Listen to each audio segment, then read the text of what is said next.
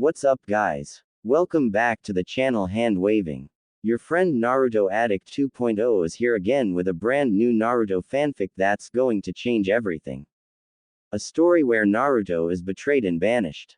But destiny has bigger plans for him. From exile to emperor, this is the journey of power, strategy, and love. Today's fanfic is titled, What If Naruto Created a Godly Bloodline with Athena? Part 1.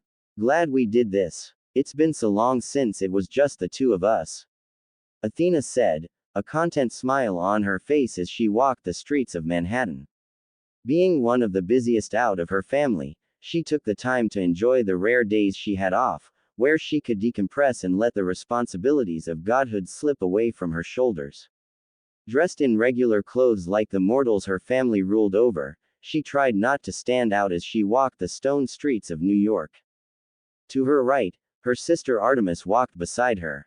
The daughters of Zeus took solace in each other's company, the similarities between them helping to form the bridge between their close sisterly relationship in their early days of existence. Out of all the gods and goddesses on Olympus, Athena felt her most comfortable when she was with her younger sister. There was no game with Artemis, and no need to keep one eye over her shoulder. The bonds of sisterhood were strong between them, and Athena knew she could rely on Artemis to have her back. I agree. Though I'm not usually one for the concrete jungle of New York, I'm enjoying our quality time together. It's been months since it was only us. Artemis replied. Like her sister, she was dressed in casual mortal clothes, giving up her usual silver parka and camouflage pants. Her lieutenant, Zoe, could handle looking after the hunt for an afternoon and had her utmost trust to keep the girls in line. I would give anything to stay away from Olympus right now. Agreed. Hera is on the warpath again, and I have no desire to be in her way. Athena replied. Her last memory of the queen was watching the beautiful woman storming towards Zeus's temple, the earth cracking beneath her sandals and her eyes radiating godly power. She didn't need to be the goddess of wisdom to understand what was happening. Whenever Hera found out Zeus had cheated on her again, all of Olympus fled from the incoming warzone. Nothing good came from an argument between the king and queen, and no god or goddess had any desire to get wrapped up in the quarrel. Even Hestia would slip away and make herself scarce. Despite their feelings on the matter, the Olympian daughters of Zeus couldn't fault Hera for her outbursts and shouting matches with her husband. Hera's temper was legendary. People wonder why we remain virgins and refuse to take husbands. Case in point, Artemis joked, pointing up to the sky, and making her sister laugh. Seeing Zeus's volatile marriage to Hera would turn most people off of the concept of marriage. When one half of the married couple was not as committed as the other, then it made said marriage redundant in their eyes. From what they could gather by the volatile argument Zeus and Hera got into on the winter solstice, Zeus had fathered a little girl somewhere in California 3 years ago, and the mother had brought her to Manhattan. Her name was Talia, named after one of the muses, and was the first child born to their father since before World War II. Their father and their uncles had vowed to never sire another demigod. It was their effort to avoid the next great prophecy from coming to fruition. No one expected the vow to last, and unsurprisingly, Zeus was the first one to give in to his lust. The king of the gods had no luck when it came to keeping it in his pants, and his willpower towards beautiful women was weak. It seemed to be a trait that ran in their immortal family. They weren't sure what happened to the pair, but they were turned away at the door of the Empire State Building by the guard. The chill of the December month nipped at their skin, though the feeling didn't bother the pair of goddesses as it did to mortals.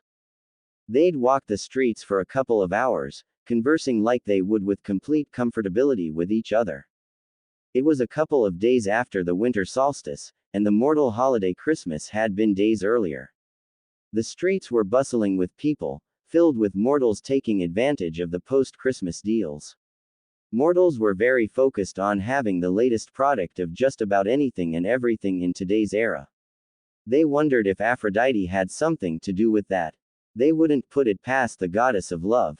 Speaking of the goddess of love, the daughters of Zeus ensured they weren't followed by the daughter of Oranos, spreading their essence throughout the world, making it harder for anyone to locate them. Aphrodite had a habit of showing up in the middle of their sisterly days out, taking over completely and forcing them to go to the places she wanted to go and do the things she wanted to do.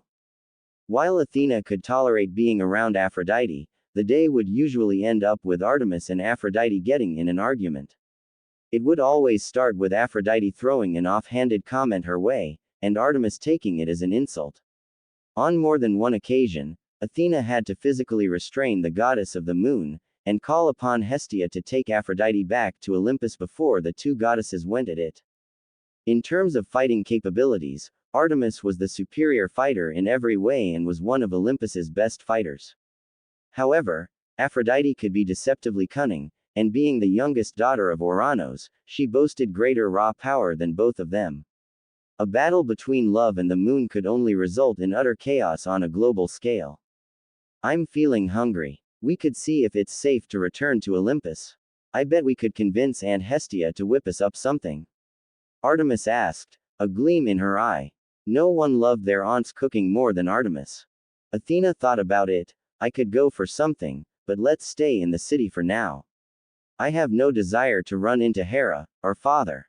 We'll be there for hours if they try to talk about their problems with us. Agreed. Do you have anywhere in mind? Not particularly. Perhaps we could, Athena started, but stopped when something caught her eye. What's that? Artemis hummed, turning in the direction Athena was looking in. They were somewhere in the West Village, and her sister's attention was solely on the small building that stood on the corner of 90th Bedford Street. It looked like any other building in the West Village, but the front of the restaurant on the ground floor stood out next to the gray-colored stone. In particular, the front of the building was made mostly out of glass but was met by a bright orange frame and door that stood in the center of the building. An open sign hung behind the glass door, and across the frame sat the name of the establishment, the Fox's Den. The Fox's Den. I've never heard of such a place. Neither have I, and I know every building and store in New York like the back of my hand. It must be new. Athena said back, her curiosity piquing. Shall we? Artemis made a motion with her hand. Lead the way, sister. Led she did, with the two goddesses making their way towards the Fox's Den, interest piquing their thoughts. Well, for Athena at least. Artemis, on the other hand, was just hungry. She felt like she could eat course after course right now. A bell went off when they walked through the door, a shroud of warmth blanketing over them and making the sisters hum in content. It was well lit and open and appeared bigger than either anticipated. Along the wall on the right were a couple of booths, while more than a dozen round tables with comfy-looking chairs scattered across the room and next to the windows. A counter stood at the side with a swinging door leading into another room behind it, with a glass cabinet sat next to it. Inside, Artemis spied cakes and other delicacies of all shapes lined up neatly in multiple rows. The smell of rich and freshly made pastries wafted through the room, accompanied by a mix of coffee and chocolate. The delightful aroma made both women shiver in delight, reminding them of Aunt Hestia's treats back on Olympus. They quickly realized it was more of a cafe diner than a restaurant, but neither looked like they minded. Will this do? Athena asked, and tried not to laugh when she found her sister staring into the glass cabinet, her face pressing against the glass. Despite her reputation, Artemis was a child goddess at heart. It all looks amazing, Artemis whispered, admiring the delicate frosting that coated the carrot cake. Athena leaned down next to her and had to admit they all look amazing. Sometimes, it amazed her at the handiwork of mortals. While she wasn't known for possessing as strong of a sweet tooth as Artemis, she liked to treat herself every now and again with something sweet. Thank you for the compliment. Athena's eyes trailed away from the sweet treats and found an amused young man looking back at her from over the counter. His chin rested in his palm, and a big grin sat on his face. Most would never dare to lean so close to her, much less Artemis, but it wasn't like he knew who they were. From the corner of her eye, she noticed Artemis tense up, and her facial expression turned colder than before. Her silver eyes bore into the man's blue ones with quick intensity, as if silently telling him not to come any closer. Her silver eyes gently glowed in warning, though only enough for Athena to notice. To the man's credit, He didn't look affected. He looked more amused if anything by Artemis and reached behind the counter and pulled out 2 menus. Here, these are for you both. Take your pick where you would like to sit, and I'll be with you shortly. He straightened up, getting rid of the grin and giving the goddesses a polite smile in return. Thank you, Athena politely replied, and led Artemis away by the wrist to a nearby table by the window, whispering, "Stop glaring." Artemis shook her head, "Sorry. He surprised me, that's all. I didn't realize someone was behind the counter." "Well, you were close to drooling over the carrot cake he had in there." "I can't blame you," Athena teased, silently laughing as Artemis's cheeks had a tinge of gold wash over them in embarrassment. "Not a word," Artemis replied, giving her sister a pointed look before both opened up their menus. The first thing that caught their attention was the variety. There was a lot to choose from, far more than other cafe diners they visited. Some of the choices were unique to witness for this type of establishment. Looking around, the room was half full, and Athena gazed across the tables to see what people were eating. Most were drinking coffee, which didn't surprise her, but she spied a couple of meals. In the corner, she saw a gentleman eating eggs Benedict, and by the moans coming from his mouth, he was enjoying his food a great deal. Looking over her menu, she failed to hide her smile when she looked at her sister. Artemis looked lost in the options, her silver eyes twinkling. If Athena was betting a person, she bet her sister was devouring the options in the dessert and cake section. When a few minutes passed, the man from the counter appeared by the table, a small notebook in his hand. No longer standing behind the counter, Athena and Artemis got a good look at him. If they had to guess, he looked the same age as Athena in her current form, somewhere in his mid-20s. He was blonde with bright azure eyes. His skin was tanned and looked like he belonged on a beach somewhere in California. He was tall, around the same height as Apollo and Hermes in their mortal forms, and was built lean. He was dressed in smart casual wear, with dark jeans and a white shirt, and around his waist was a black apron with the logo of the diner on the front in orange.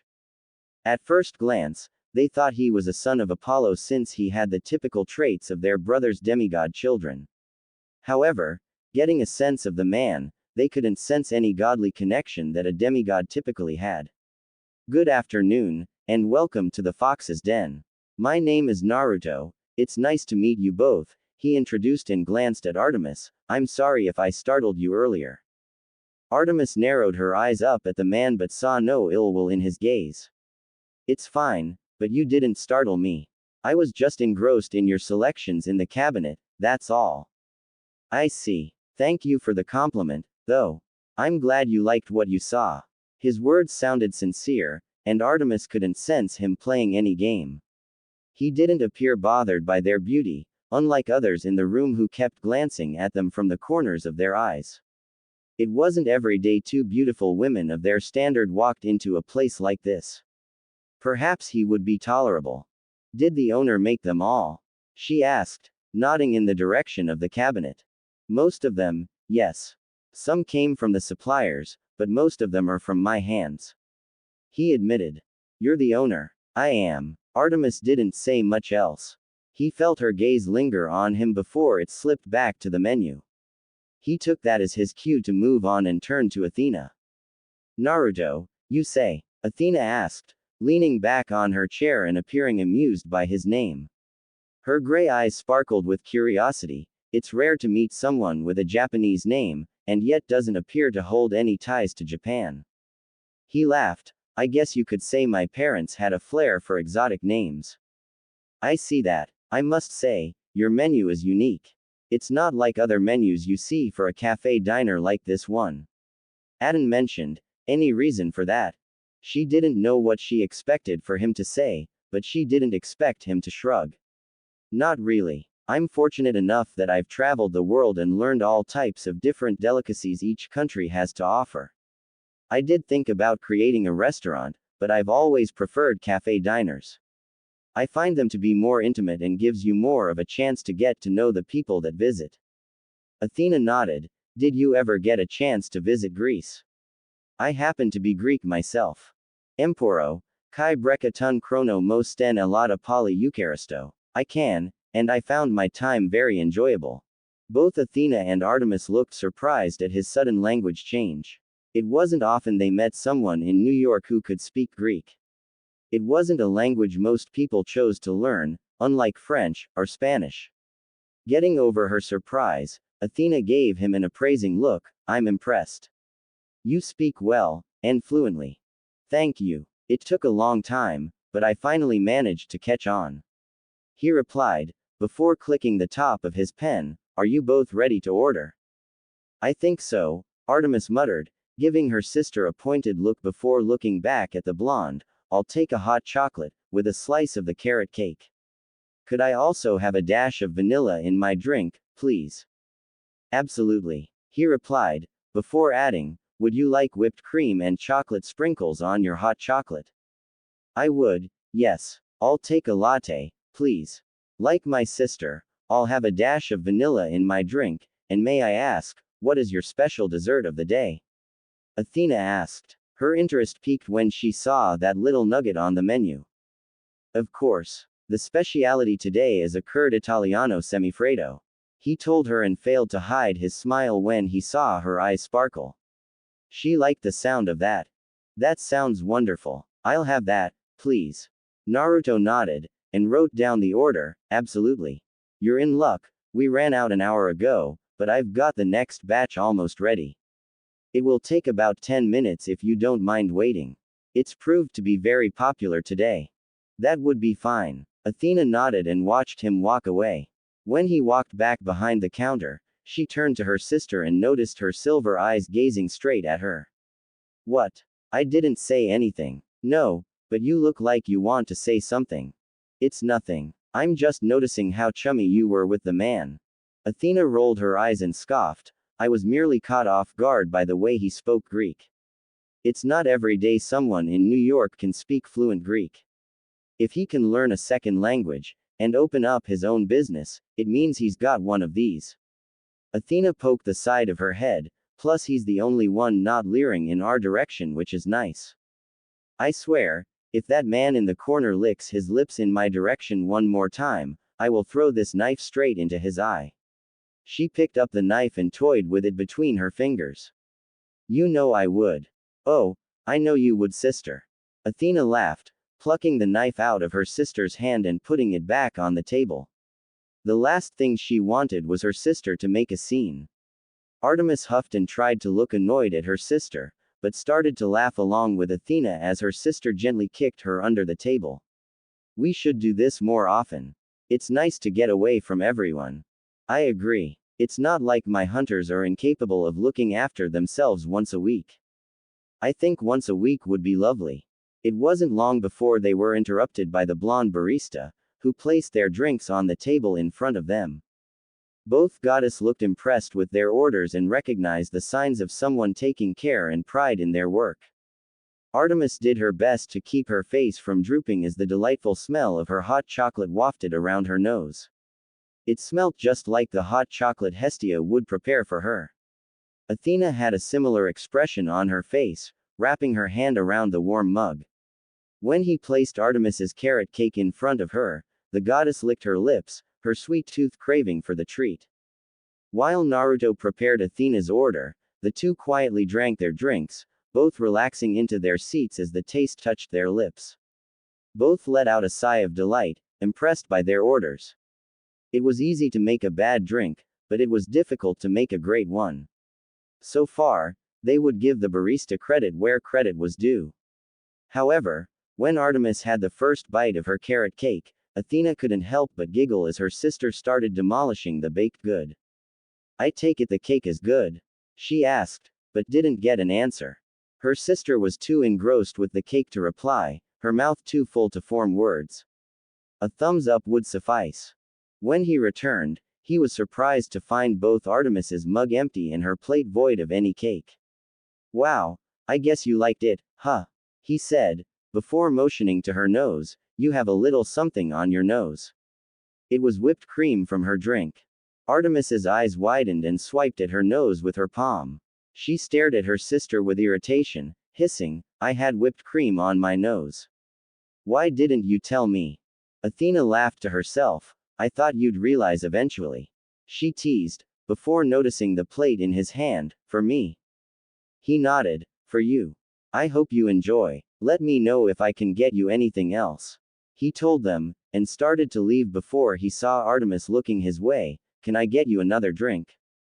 Same again, please. Drink and cake, she said, making him smile and head back to the counter. She looked at her sister and noticed her looking down at the plate, her fork in hand. Artemis wasn't one to praise a mortal often, especially a male mortal. However, she had to admit the curd Italiano semifreddo he made looked divine. It looked like something you'd find in high-class mortal society. Hell, it was something she imagined Hera serving at her temple. Well, aren't you going to try it? I want to, but I feel like it would be a shame to ruin it, Athena whispered, admiring the delicate work that must have come with making it. She was no incredible chef like Hestia, Hera, or grandmother Rhea, but Athena occasionally liked to dabble in the kitchen the mortal way. She found there was something therapeutic about cooking, and she understood why so many mortals took it upon themselves to learn. It must have taken him years of practice to achieve such quality of work. It took a moment, but slowly Athena dug her fork into the curd.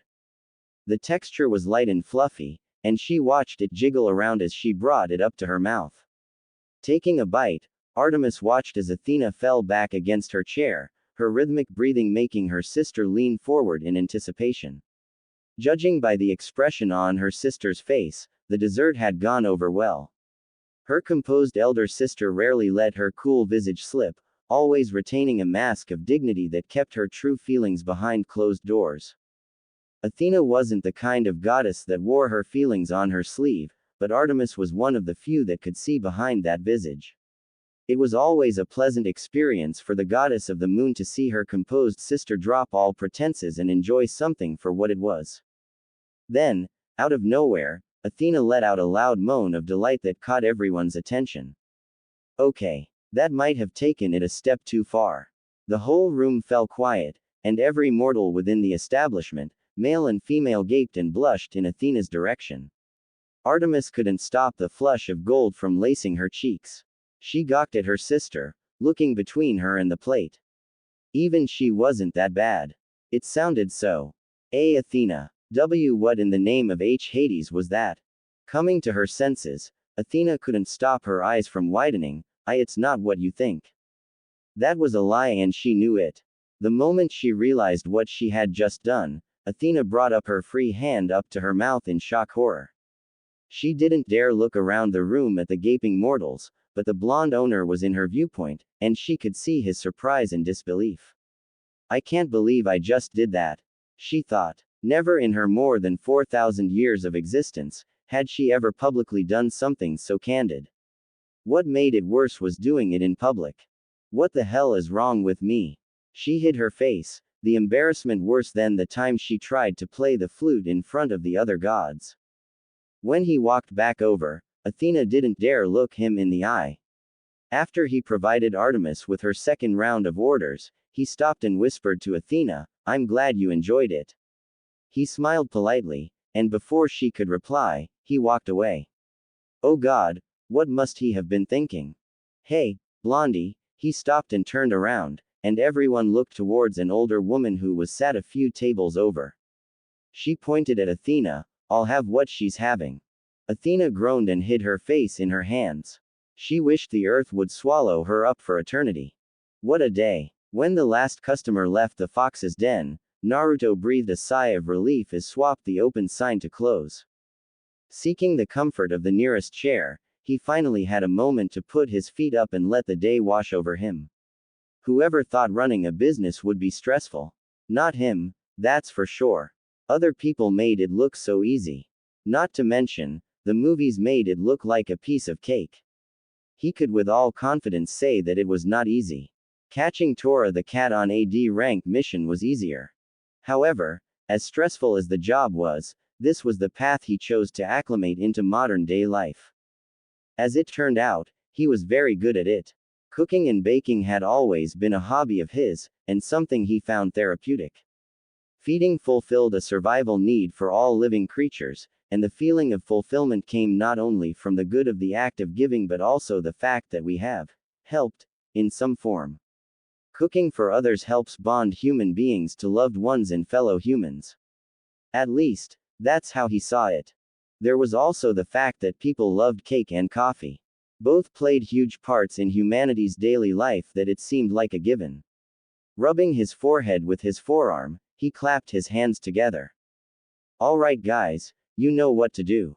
The door that led to the kitchen and the back room swung open, and 3 of his shadow clones marched out in a single file, giving the original Naruto a salute as they started the evening's cleanup. The evening had been a busy one with the post-Christmas rush.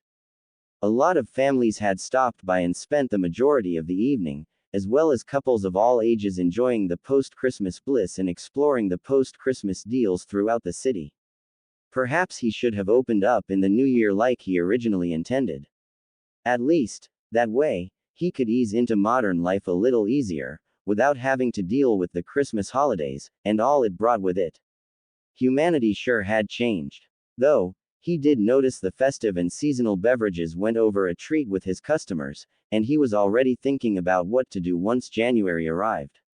Humanity sure had a sweet tooth. Well, at least no one has complained as of yet. Everything seems to have gone over well. With that thought, his mind turned to a memory from earlier that day. The image of the 2 beautiful sisters that entered his establishment crossed his mind. Both women were equally as pleased with their orders, though one was certainly more vocal than the other. Naruto had almost dropped the other woman's order when the moan of pure delight reached his ears. He was no blushing virgin, but the fact remained it caught him by surprise. He was aware food could be an aphrodisiac, but he didn't think it was to that high of a degree.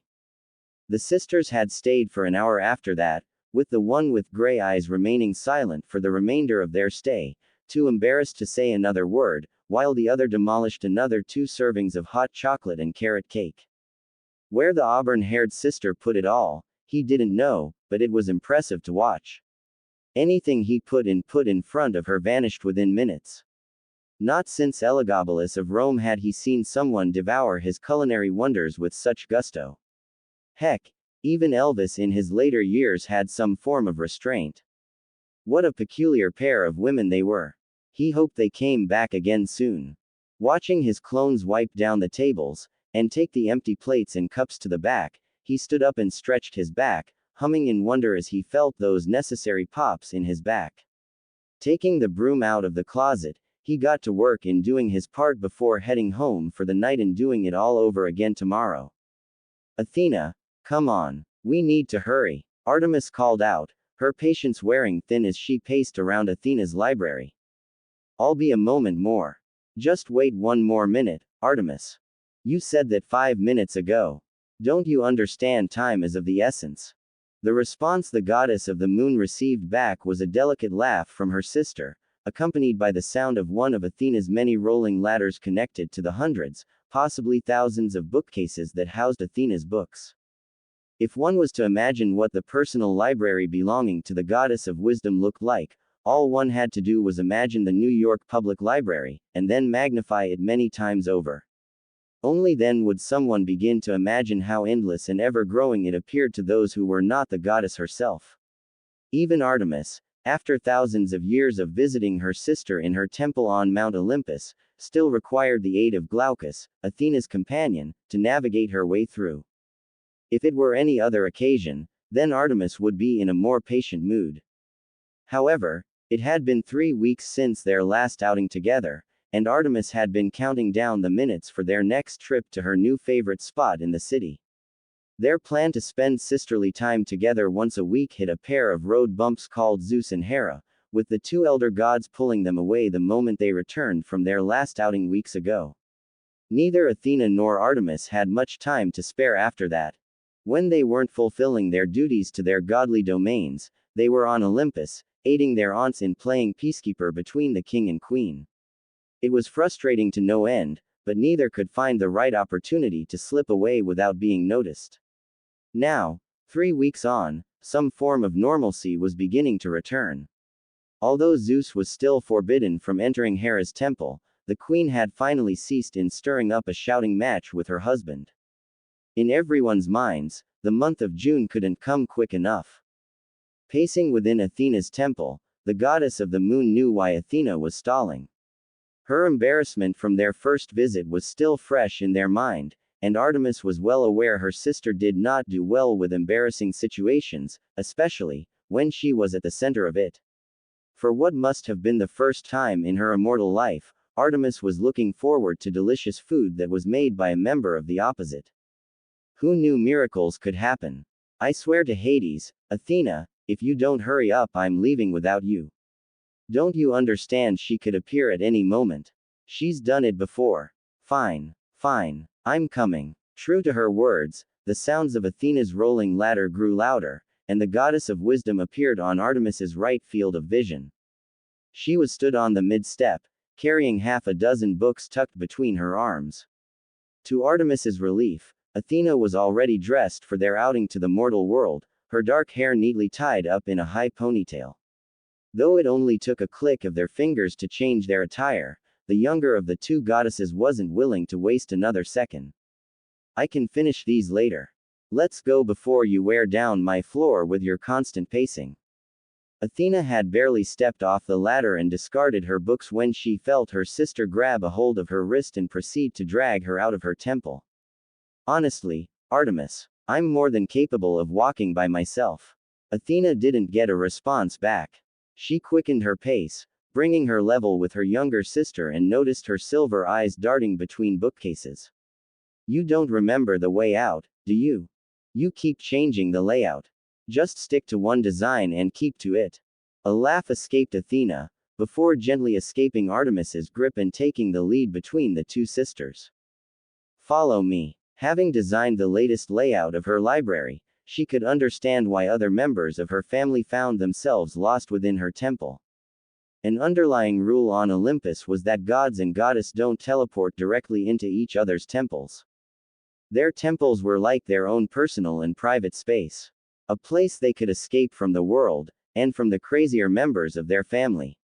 However, despite the no teleporting rule, it didn't stop the more annoying members from waltzing through the front doors like they owned the place. Artemis was one of the few Athena gave express permission to enter her temple, knowing her sister would not exploit or betray her trust. You need to make a map of this place. It would make life a lot easier. Artemis muttered, though she perked up when she saw the exit. What? And run the risk of Apollo or Hermes getting their hands on it? Not a chance. Their younger brothers, Hermes in particular, could be notorious pranksters if the chance arose. The two male gods were arguably each other's best friend despite their rough start when the god of messengers stole Apollo's cattle. Since then, the two were as thick as thieves, and two of Olympus's biggest playboys. The idea of them getting a hold of her library's layout sent shivers down her spine. Her spear would run with godly ichor if the pair ever tried anything. As soon as they were out, Artemis's pace quickened as they headed for the golden doors to Athena's temple. Come on, she ushered, trying to get her sister to walk faster. I don't know where that damn Aphrodite is, but I don't want her catching us. I don't know how she does it, but she's sneakier than some of the deadliest creatures I hunt. She has this habit of appearing at the most inconvenient moment. All right, Athena replied, her heels clicking against her temple floor. I don't think I've seen you this excited in a long time. That mortal has certainly left an impression on you. Don't read too much into it. Artemis insisted, her eyes never leaving the set of golden doors as they got closer. His establishment provides a warm and comforting aura, and it's nice to be in the presence of a male that didn't spend the entire time leering at us. It's a refreshing feeling. A dusting of golden ichor washed over her cheeks. His food and hot chocolate were nice too. A bark of laughter escaped Athena. I think we both know you liked it more than that. What were the words you used after we left? Athena tapped her chin. Oh, that's right. It feels like someone poured ambrosia and nectar all over our taste buds, and covered us in a warm blanket. I don't remember saying anything like that. Funny, because I do. Why yes well, Artemis stuttered, As she pressed her hand on the doors and pushed it open, at least I didn't let out a loud and moan after a single bite of curd. This time it was Athena's turn to splutter in surprise. It was not a moan. Yes, it was. No, it wasn't. Besides, how would you know? Don't turn this around on me. The two sisters narrowed their eyes at one another. Though close, the sisters did have the odd tiff, as rare as it was. As Artemis prepared to throw another barb her sister's way and Athena was trying to come up with an excuse for her past action, the rich smell of perfume hit the pair of goddesses like a ton of bricks. Their bodies froze and slowly turned their heads in the direction of the door where a haze of pink smoke enveloped the doorway to Athena's temple. Neither could say a word as the very person they were trying to avoid being caught by appeared in all her stunning glory. Currently possessing baby blue eyes that shined as bright as sapphires, with bouncy dark chocolate curls that hung down to the middle of her back, the goddess of love was midway through knocking on the door when she noticed Athena and Artemis standing in her way. Aphrodite blinked in surprise, but soon became a bundle of joy as she clapped her hands together, seemingly oblivious to the frozen stares she was getting. Oh, how wonderful. I was about to come and find you both, but you've saved me the trouble, she said. Reaching forward, neither Athena nor Artemis could do anything as Aphrodite looped an arm through each of their arms, and marched them out onto the streets of Olympus. Let's have a girls' day. Just the three of us. Won't that be terrific? The goddess of love wasn't giving either of her fellow goddesses a chance to back out. This was happening whether they wanted it or not. As their senses returned to them, Artemis shot Athena a look of betrayal as she realized the predicament she was now stuck in. I told you this would happen. All Athena could do was sigh, and thank the fates that Aphrodite hadn't appeared seconds earlier. Stretching his arms out in front of him, the blonde owner of the Fox's Den found himself leaning against the counter as he stared out the window and across the street. Trying to repress a yawn from breaking out, he turned and looked across the inside of the den, taking in the people that were visiting.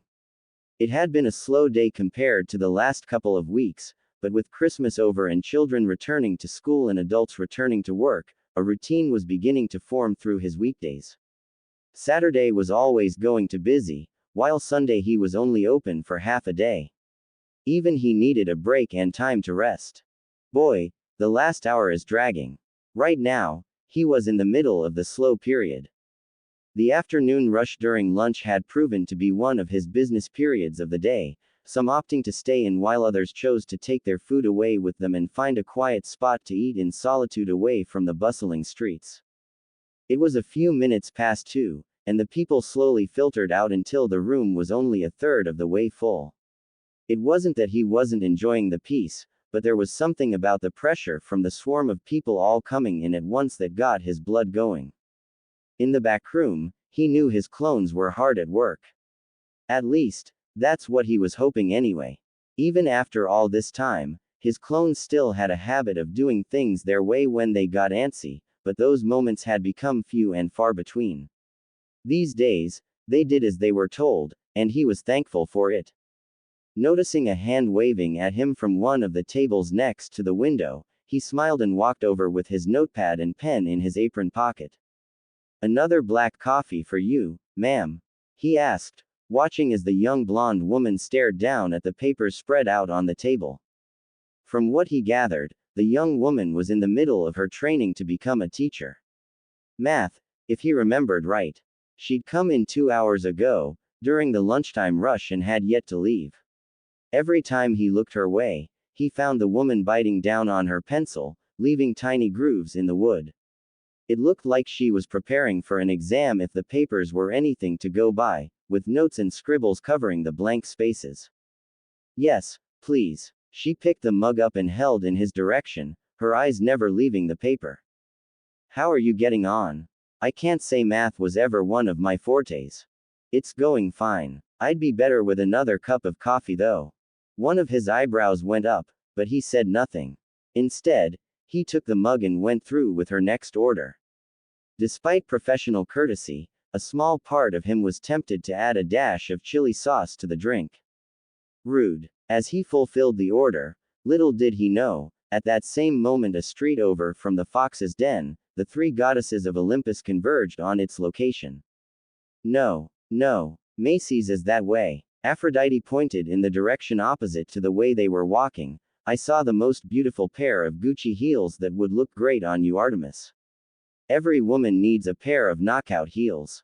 Why couldn't Artemis understand everything she was trying to do was ultimately for the betterment of the moon goddess? Let me help you. Biting back a curse, Artemis pulled the struggling love goddess along the pavement, and I told you, I don't need a stupid pair of heels. I'll take a pair of sandals or combat boots at any time of the week. Besides, Athena and I already made plans before you stuck your nose in. But we no. Then, how no. Sighing, Athena turned and looked at the annoyed expressions on both goddesses' faces, though each for different reasons. Aphrodite, you don't have to stay. You can go, and Artemis and I will continue our day without you. Huffing in annoyance, Aphrodite yanked her arms out of Artemis's grip and crossed them against her chest. A pout appeared on her face, but she knew there was nothing she could do to change her fellow Olympians' minds. Fine, but this place had better be as good as you're making it out to be. It will be. It better. Aphrodite watched as Athena's and Artemis both suddenly stopped and stared up, coercing her to do the same. When she did, she found herself looking at the most sickly shade of orange she could imagine, with a name written across it, the Fox's Den. She turned her attention back to the two goddesses. This is where you wanted to go. If you want to go to a cafe, I know a great little place in Paris. It's a terrace cafe at the western end of the Ile de la Cité. No, this will do fine. Athena retorted, not allowing Aphrodite to usurp their day off. Before Aphrodite could reply, Athena cut her off. Aphrodite, trust me when I say you're going to like it here. Opening the door, Athena eagerly walked inside, the bell ringing off and followed closely by Artemis, whose tongue was poking between her lips when she spied the cakes through the window. Realizing it wasn't going her way no matter what, Aphrodite relented and followed after them. Fine then. She hoped it would be worth it. The second she stepped through the doors, her negative thoughts melted away as a wave of warmth covered her body like a warm comforter, and the rich smell of chocolate and coffee enveloped her senses. The delightful aroma forced Aphrodite to stop in her tracks, and take a moment to bask in the glow she was feeling. Her eyes hovered across the room, taking everything in from the shade of the walls to the fixtures hanging from the ceiling. Oh, how quaint! She clapped her hands together, eliciting an eye roll from Artemis, though Athena seemed pleased at the reaction. It smells divine in here. I can see why you wanted to come here. Skipping forward, she mimicked Artemis's actions from the first visit and pressed her dainty hands against the glass cabinet. These look delicious. Proving her point, she licked her lips and tapped her fingers on the glass. As Olympus's leading authority on anything relating to chocolate and sweets, she was enjoying what she saw and smelled. Those eclairs look to die for. Welcome back. The three heard. Looking over the counter, Aphrodite found herself locking eyes with another pair of bright blue eyes as Naruto reappeared after returning from the back room. He wiped his brow, and smiled at the three women, and nodded his head towards Aphrodite. And you brought a friend. It's nice to meet you. Hello, handsome. Athena and Artemis's decision didn't seem like a bad one anymore. She understood why they were so eager. She would be too if he was the one serving them. Blonde hair and blue eyes. Tall and lean. Nice complexion and works in a cute cafe. Mama likes. The goddess of wisdom smiled at the blonde, ignoring the looks Aphrodite was giving the owner, and watched as he gathered three menus from behind the counter. To Aphrodite's surprise, even Artemis wore the tiniest smile on her face. Gone was the usual cold, or indifferent mask she'd seen her fellow goddess wear when in the presence of a male mortal. What in the world? It's nice to see you again, Naruto, Athena said, accepting one of the menus as he held them out to the three goddesses. Not wanting Aphrodite to be aware of her nerves on returning to the establishment, Athena buried those feelings away and behaved as she typically would. We hope to come again sooner, but responsibilities tend to get in the way. You know how it goes. I sure do, and don't worry about it. He waved it off. Your table from before is free if you want it. Or would you like to sit elsewhere? Scanning the room, it was Artemis that spoke. May we take a booth?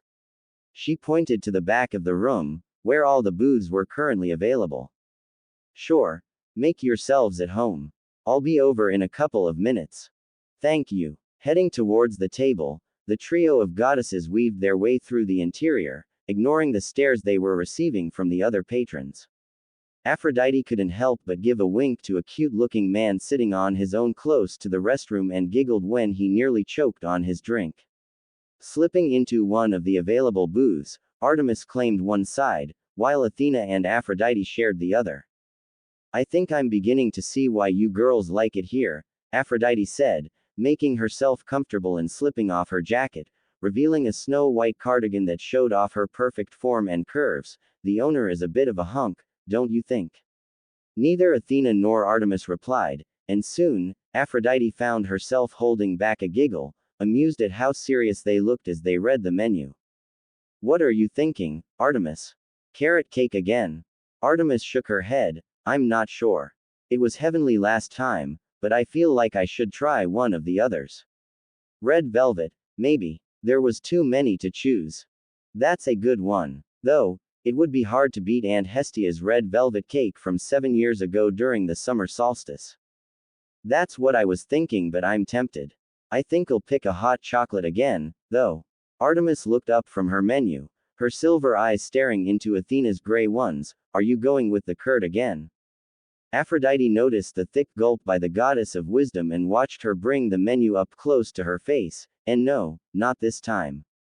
Besides, that was a special of the day. I doubt he will have it again. I might go for something a little different. Watching the back and forth, Aphrodite's lips formed a tiny O shape, listening to her fellow goddesses converse. She wanted to know what the fuss was all about. They talk as if it's the best thing in the world. Like many of Olympus's goddesses, Aphrodite had wined and dined in the finest establishments humanity had to offer. Whether it was the high society life of the rich and famous in Hollywood, New York, Paris, or London, and being catered to by the best chefs that ever lived, Aphrodite couldn't understand why Athena and Artemis were getting lost in the menu the way they were. Surely it wasn't that good. It was just a cafe diner in the middle of West Village. They weren't even on the Upper East Side. Not to mention no one in the world could compete with the delicious delicacies that Hestia, Hera and Mother Rhea were known to create. It just wasn't possible. Opening up her menu, she scanned through the first page before her eyes widened. Wow! Look at that menu. There was so much to choose. Her favorite cafe in Paris didn't have a menu anything close to this. Oh, today was going to be a good day. The table fell silent, each goddess finding themselves as wrapped up in what to choose as the other. Beneath the table, all three tapped their shoes against the hardwood floor as the choices ran through their minds. None of the three Olympians looked at each other, their eyes glued to the options. Athena had her eyes narrowed, Artemis was eagerly licking her lips, and Aphrodite was busy biting a nail. What to choose? As expected, after a couple of minutes passed, all three felt Naruto appear by their table, his notebook and pen in hand and giving them all his trademark smile. Thanks for waiting. Are the three of you ready to order? Looking around the table, the blonde owner turned to Athena, deciding to start with her. Straightening her back, Athena cleared her voice, I believe so. She looked at the pair and saw them nod, though Artemis still looked a tad unsure. I'll take a latte please, though instead of vanilla, may I have a dash of cinnamon this time? She watched him nod his head and write the order down, and I remember seeing someone with eggs Benedict the last time I was here. I'll have one of those, please. Absolutely. Those are all great choices. When he turned to Artemis, the goddess appeared to have finally made her mind up. I'll take a hot chocolate, and this time, I'll get a slice of the chocolate coconut cake. Sure. What kind of hot chocolate would you like? Quote. I'm sorry. Artemis looked at the man in surprise and watched him scratch the back of his head. Oh, right. Sorry. I forgot you haven't visited in a few weeks. I've added a couple of different types of hot chocolate, besides the standard type you'd expect, and I'm waiting on the new menus to arrive. Would you like to hear them? Artemis said nothing and nodded. New types of hot chocolate. She hadn't prepared for this. Well, right now I have 6 types, but I'm planning on bringing in more over time. Naruto held out his fingers. We've got regular, rocky road, mint chocolate, white chocolate, salted caramel and orange chocolate. Each flavor made her eyes gleam, though one, in particular, stood out. I'll take the salted caramel. You got it. And don't forget the whipped cream and sprinkles. I would never be so cruel, he joked. Across from Artemis, Athena smiled at her sister's eagerness.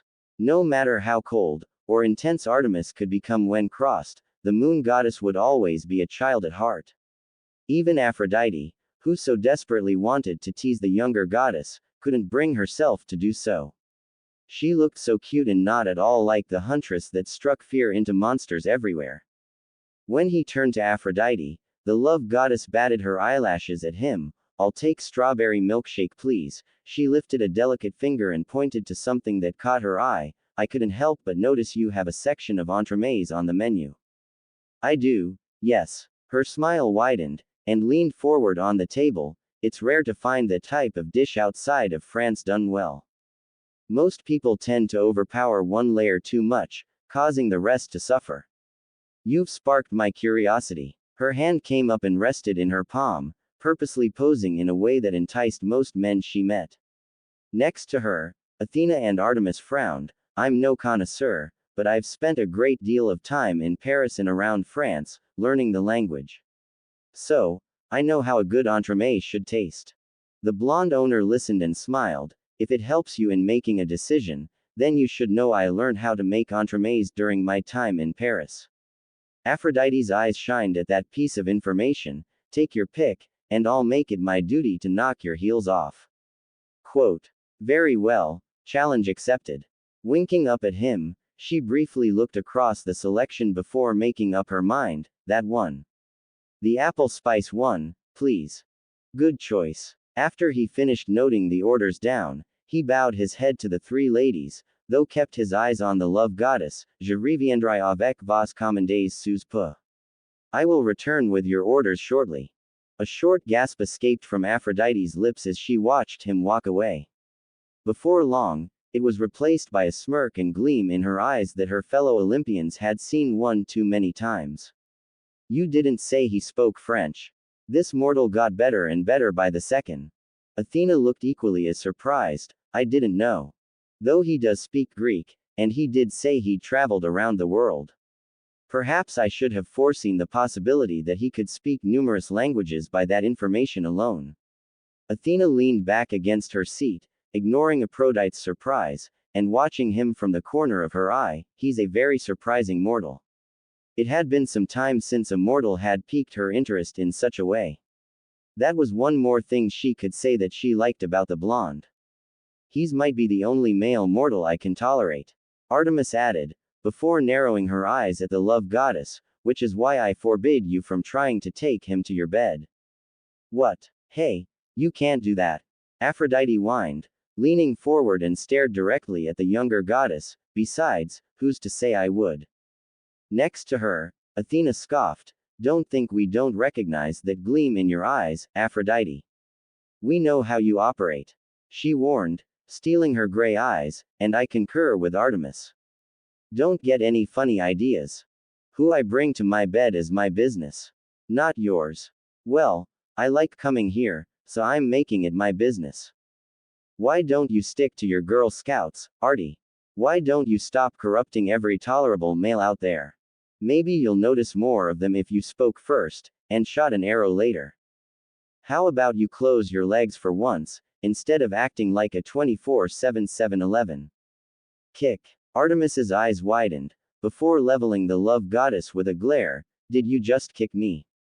In response, Aphrodite did the grown-up thing and stuck her tongue out at the moon goddess. Alright, that's it. Kicking the love goddess back in return, the 2 women spent the next couple of minutes kicking and stamping each other's legs, with each swing getting harder and more creative than the last. It would have been a comical sight watching the 2 beautiful goddesses squabbling if Athena hadn't manipulated the mist around them. To the eyes of the mortals around them, all they were seeing was the 3 women conversing casually. I should have known, Athena thought, observing the two squabble like children, both amused and annoyed at the same time. She could feel a headache coming on. The two were the polar opposites of each other, and they never failed in bringing out the worst in each other. Subtly, Athena moved any cutlery away from the moon goddess. She didn't need her sister getting any creative ideas. The moment she saw Naruto returning with their orders, Athena intervened and mimicked the actions of their Aunt Hestia and how she would stop the two from their petty arguments. She lurched forward and with both hands, grabbed an ear from each goddess and gave them a hard yank.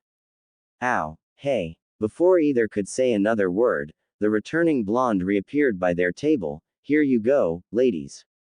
Enjoy. Placing their drinks in front of them, he followed up the action with Artemis and Athena's food, and turned to Aphrodite. Your order will be right out in a moment.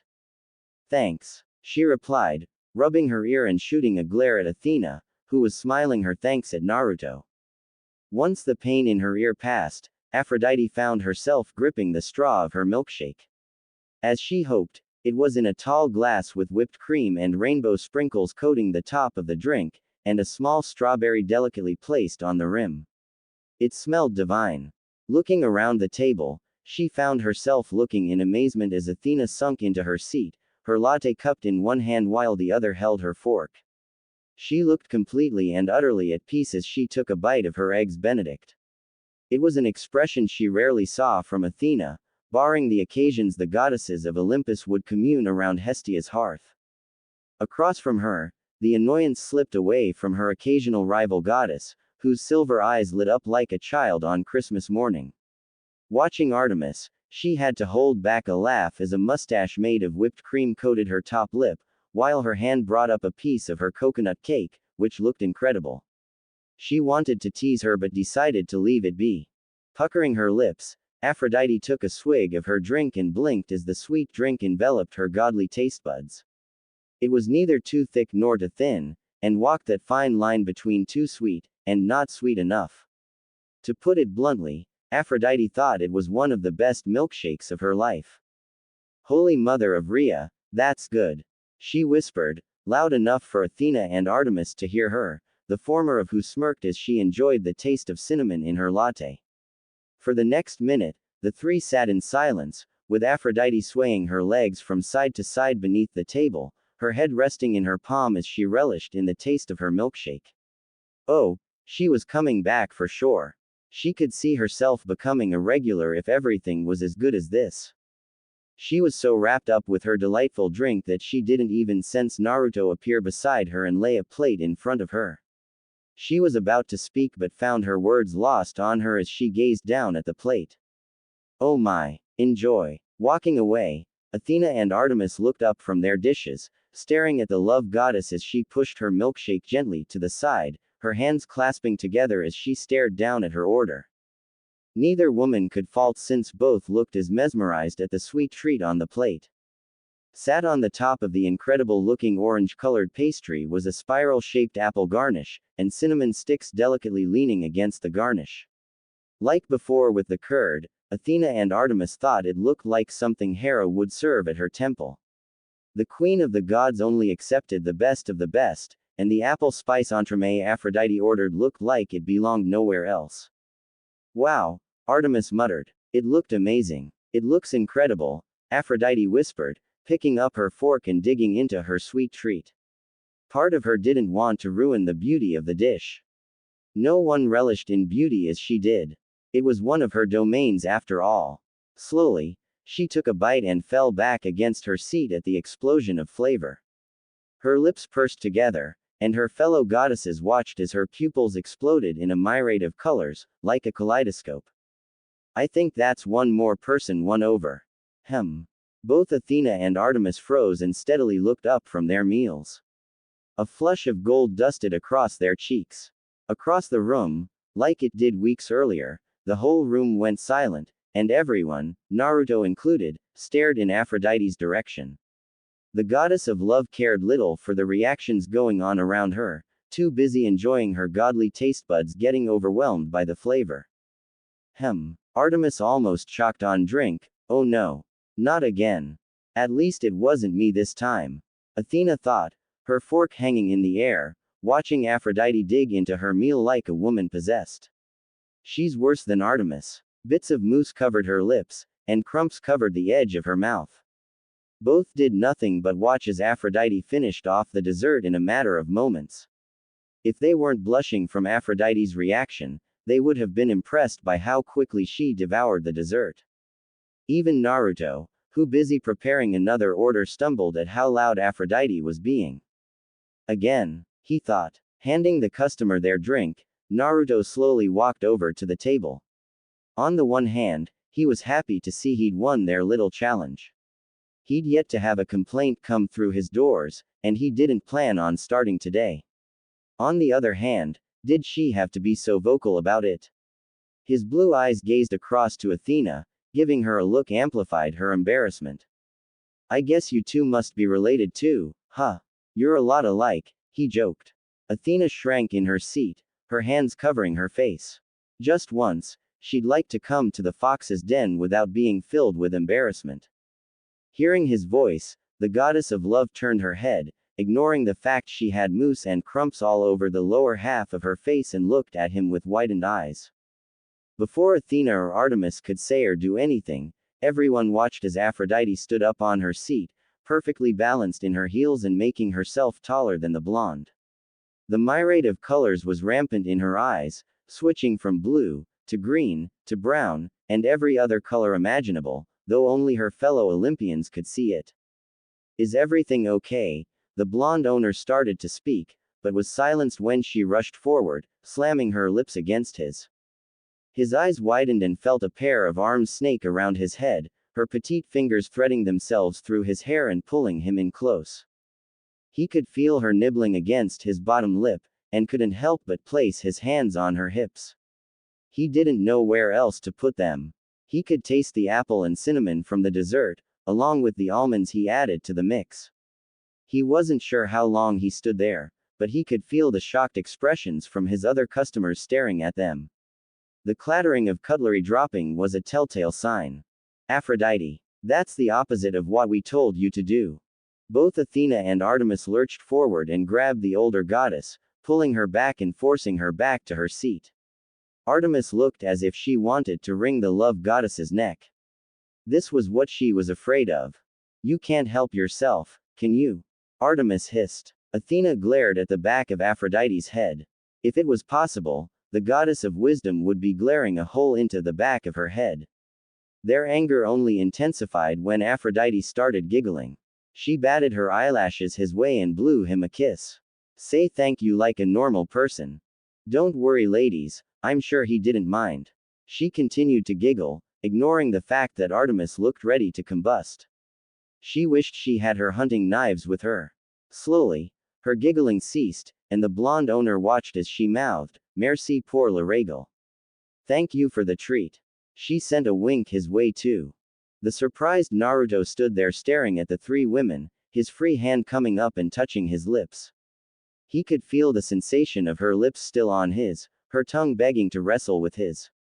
Tasting past the dessert, he detected a hint of honeysuckle and had a feeling there were smears of the woman's pink lipstick on his face.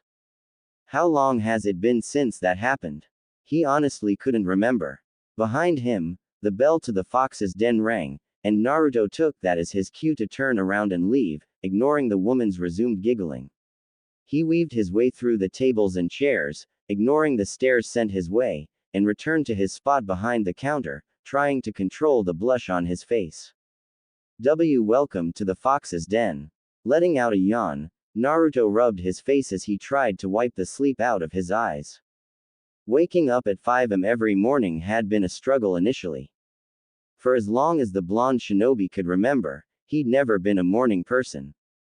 From his time in the academy to his days as a member of Team 7, and even during his tenure as the 7th Hokage of Hidden Leaf Village, waking up at such an obscene time was a struggle. These days, being the owner of a cafe diner required him to open up hours before the rest of the world opened their eyes, and get everything ready for the day that lay ahead. He didn't have the luxury of Kakashi-sensei, or later on, Hinata, to wake him up anymore. He could have made a shadow clone and have the clone do it, but he knew if he did that, and remained in bed, he would do it every morning. He didn't want to fall into the trap of beginning a bad habit. It was the same reason he didn't use the Hermes to get to work. Besides, the walk from his home to the fox's den helped wake him up. It was Sunday, which meant he was only open until 2. After that, he planned on going home and sleeping the day away until it was time to restart his week all over again. Walking the streets at such an early time, it would always surprise him to see people much like himself, out and about already starting their day. The sun hadn't even risen yet, and the brisk chill of the air nipped at his skin, reddening his cheeks and the tip of his nose. He nodded his head at a passerby, who was heading towards a nearby ops truck as packages of all sizes were being loaded on and off with great care. Ops. That must be new. Morning. Good morning. Rounding the corner, he sniffled when the fox's den came into sight with its bright orange frame standing out amongst the dull colors of the other building. Didn't people understand if they wanted to attract the attention of the people passing by, then what better way was there than using the brightest shade of the best color in the world? If nothing else, it would cause people to stop and look. Digging into his pockets and pulling out a key, he quickly entered the fox's den and locked the door behind him. Switching the lights on, he could still detect the lingering scent of chocolate and coffee from the day before. Shaking the cold away, he eyed up the coffee machine to warm him up as he removed his coat and hung it up in his office, which was nothing more than a little hole in the wall room where he could keep all the legal stuff and keep the computer. Crossing his fingers, he called out his trademark jutsu, Shadow Clones Jutsu. 24 Narutos appeared in front of him, falling into 3 lines of 8 and offered the original a quick-fingered salute. Alright, you all know the drill. The list of what we need to make this morning will be on the countertop. The special of the day won't be anything too fancy, but I thought we'd go with a blueberry skyr cheesecake. He watched them nod their heads. The skyr yogurt is on the top shelf. If we need any more, hurry over to Reykjavik and head to that store I frequented when last there. The one nearest to the theater house. They nodded again, forcing him to clap his hands together. All right then. You know what to do. Let's go. Hi. One by one, the clones made their way into the kitchen, the door flapping in an endless loop as each clone passed through. Letting out another yawn, he turned around and started the process of switching the machines on, from the coffee grinder to the espresso machine, to the automatic drip coffee makers. While his clones handled the baking in the kitchen, he'd handle setting the place up in the front before joining them. While he was on his own in the front, he made himself a drink while he could.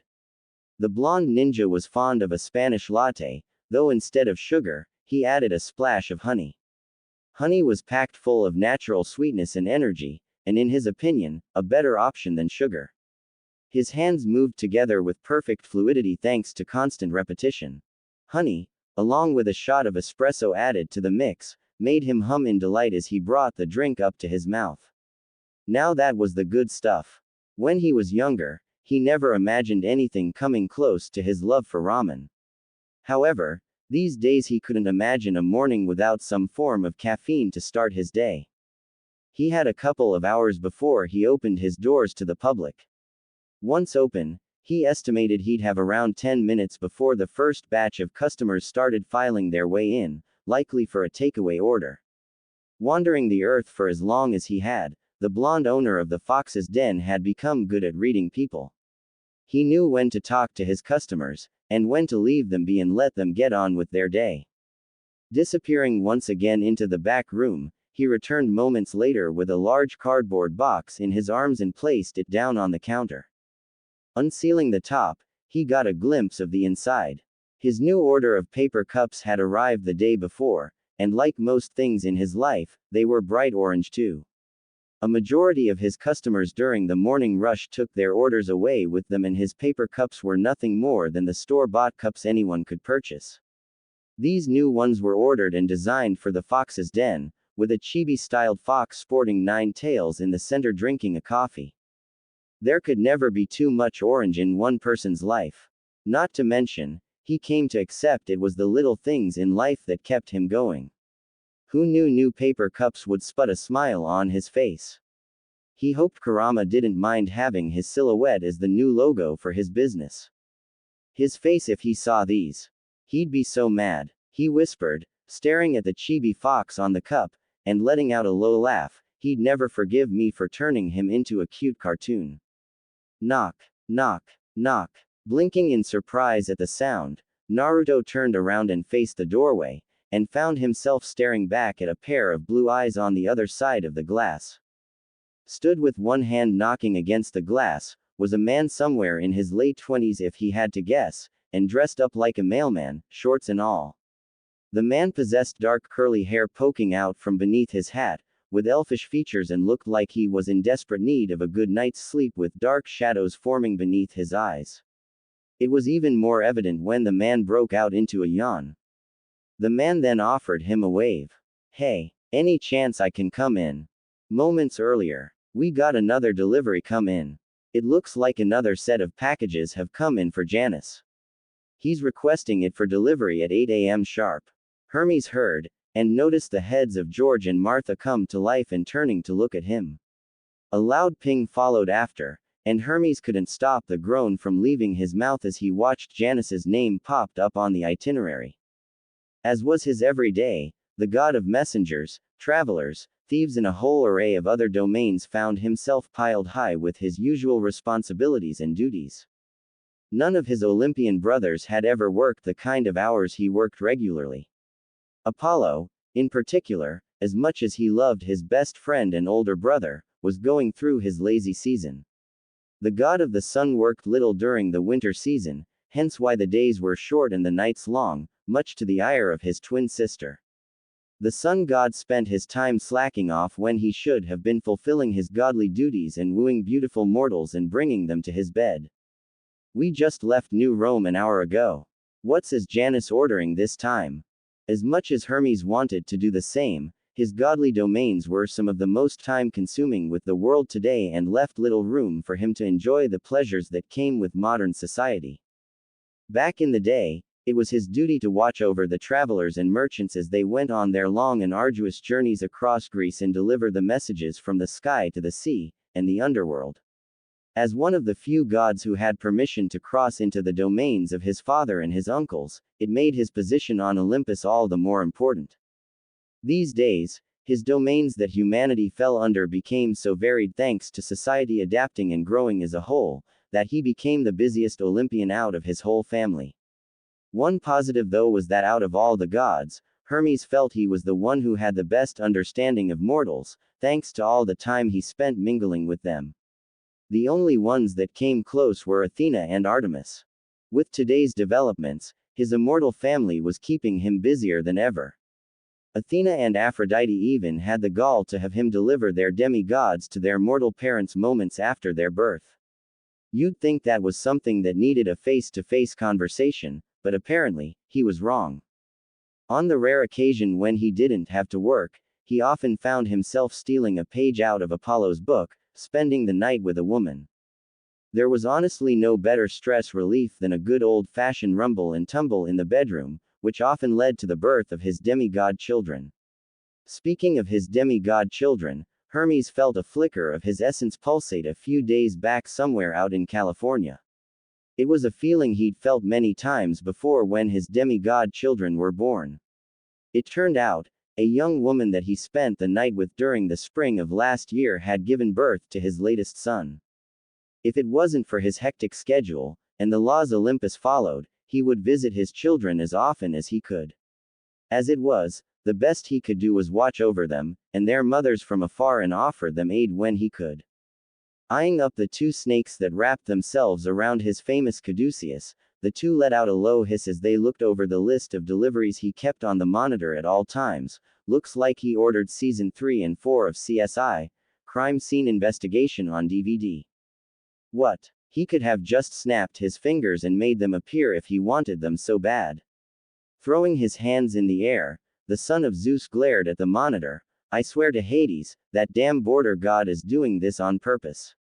Just order from Amazon. Not me. We got another order coming in. This time from Dionysus. Hermes rolled his eyes, No, no, no. I know what that drunk is trying to get a hold of. He leaned forward and deleted the incoming order with a click of his fingers. Grabbing his notepad, he wrote down a short message for the god of wine, before clicking his fingers and sending it off to the wine god's residence at Camp Halfblood.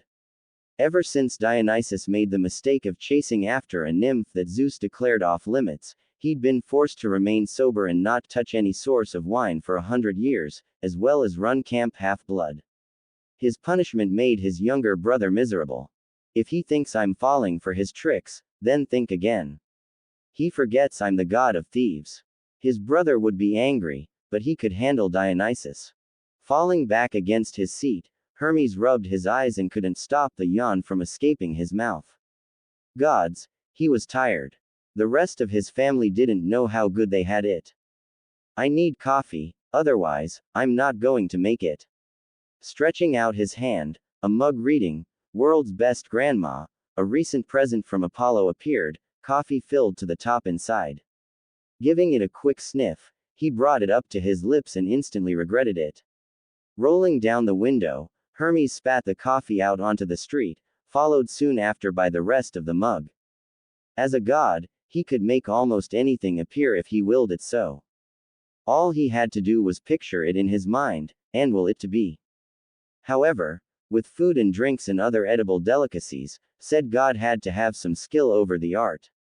He wasn't bad by any means and was known to treat his mortal lovers to a home-cooked meal from time to time, which made the food he conjured pretty good.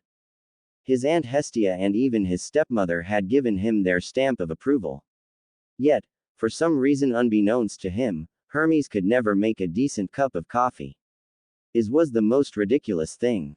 No matter how hard he tried, the Olympian could not crack the code after years of practicing. It was such a mundane thing, yet he failed miserably at it. If Apollo, Ares, or any of his brothers found out, they wouldn't let him live it down. Feeling someone tapping his leg, Hermes glanced over at George and Martha, the latter of whom was trying to get his attention. What? We can afford to take a short break. Why not make a stop and get refreshments? Oh, and where do you suggest? He watched as the two snakes turned to look at each other, whisper something to one another, before turning back to look at him. How about that place up the street? Hermes blinked. Place up the street. He leaned forward and squinted his eyes. It took him a moment to realize what George and Martha were trying to point out. Up the road, not even a minute walk, he spotted a light on in one of the nearby windows. Despite Apollo not yet flying his chariot through the sky, street lights were enough to show off the orange frame that wrapped around the front of the store. The Fox's Den, he read, before tapping his chin. Why does that sound familiar? It's the cafe Aphrodite mentioned a fortnight ago at Apollo's poker night. George hissed, as realization lit up his face. Oh, that's right. How could he forget? It was all Aphrodite went on about all night. After a while, Hermes, along with everyone else, had tuned out the love goddess, but some of what she said had filtered in. All he remembered her saying was that some hunky mortal made one of the most delicious strawberry milkshakes and desserts she'd ever tasted, and that it was so good that Olympus's most beautiful goddess rewarded the mortal with a big smooch in the middle of his establishment. It was so good that she dared to say it might be as good as the delicacies Aunt Hestia and Aunt Hera were known to create. If he remembered right, even Athena and Artemis enjoyed it. If his two elder sisters enjoyed something created by a male mortal, then he must have been good. They were notoriously picky and hard to please. Grinning, Hermes didn't hear what George and Martha said next, before waving his hand and turning his caduceus to its phone form. The Olympian god was already on his feet, closing his truck door shut with newfound energy as he marched over to the Fox's Den. Well, let's go and see what the fuss is about. Present. Leaving the counter, the blonde owner of the Fox's Den walked closer to the door, gazing curiously at the man of the other side. Hey, I'm not open yet, and I won't be open for a couple of hours. He pointed to the clock behind on the wall behind the counter. Come back later, and I'll be happy to take your order. What hope he had that the guy would take his word and leave was proven false when the guy didn't move. Ah, come on. Can't you make an exception this once? Hermes put his hands together in a prayer motion. I've been up for hours. I need a little pick-me-up, that's all. Rolling his eyes and feeling a headache coming on, Naruto took another step closer to the door. It was too early for this. Look, I haven't got much ready. I just walked through the door a minute ago myself.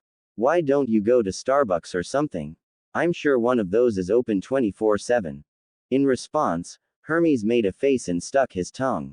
No way. I hate all that franchise crap. They stopped making good coffee years ago, and I hear you make a hell of a drink. I have it from a reliable source that you're one of the best in the city. Oh, who's this reliable source? One of his regular customers maybe. He wondered if one of those food critics stopped by. He thought he saw one stop by a week ago, taking notes on a little notepad and looking very up themselves. Every order sent his way, Naruto put a little bit of extra care into, resulting in the guy leaving with the biggest smile on his face. It was a good feeling watching his customers leave with big smiles on their faces. Hoping to get an answer, the blonde received a wagging finger in return instead. That would be telling. I could never give up my reliable sources, but no, they had nothing but glowing reviews about this place you have. Frowning, Naruto was about to speak, before he got cut off. You're here, and the machines are on. He pointed to the coffee machine behind the blonde and pointed to the coffee that was in Naruto's hands. Come on, help a fella out. Scratching the back of his head, Naruto looked to and from the mailman and his machines, before letting out a reluctant sigh. Taking a deep breath, he ignored the dark-haired man making a fist in the air, and unlocked the door. No funny business. Got it. Giving the man a stern look, he watched as the mailman threw his hands up in the air. Don't worry. I come in peace and all that good stuff. Cross my heart. He made a little motion with his hands over his chest. I'll be gone before you know it. Right. Rubbing his eyes and looking at the man suspiciously, Naruto gave a short nod and led Hermes to the counter. His gut was telling him this guy was trouble. Something about the guy screamed prankster. He would know, being one himself. Handing Hermes a menu, the blonde leaned against the counter as he unwrapped his paper cups from their box and picked one out for use. Take a look, and tell me what takes your fancy. I'll let you know if it's currently available or not. You got it. Naruto made a motion, and poked his head through the door leading to the kitchen, giving his clones a subtle sign not to come out. He didn't need a mailman catching his clones at work, nor did he want to explain why there were dozens of himself. Nice place you have here. Thanks. The blonde replied. How long have you been open? Not long, the blonde admitted, about 2 months. I opened up before the Christmas period started. Kept me busy and gave this place the boost it needed, but it got crazy busy and hectic some days. I sometimes wondered if I made a mistake. Hermes nodded. I bet. Christmas is always the worst when you're in our line of work. Delivering goods to the people of the world in whatever form that takes. Glancing across the menu, Hermes whistled, an appraising and dubious look on his face. Wow, Aphrodite wasn't kidding when she said this menu was varied. There's something of everything in here. The Olympian would admit he wasn't one to visit cafes often. They were more his sister's kind of thing or his aunt's. Like his brothers, he preferred bars or nightclubs since he picked up most of his hookup from them, though he enjoyed an occasional beer or two to go with the night. I need something to keep me awake for the rest of the day. Not knowing much apart from the standard caffeine-based beverages, Hermes eyed the drink in Naruto's hand. What do you have? Oh, this. Naruto took a small swig of his drink. It's a Spanish latte. Curiosity piquing, Hermes leaned on the tabletop. Is it any different from a regular latte? To answer his question, he received a waved hand in the middle of the air. It's more of an espresso-based drink with textured milk and condensed milk. It's sweeter than a latte, but not as much as a latte with flavored syrup. Though I don't use sugar in my drink, and instead, use honey. Hermes nodded his head and liked the sound of everything he just heard.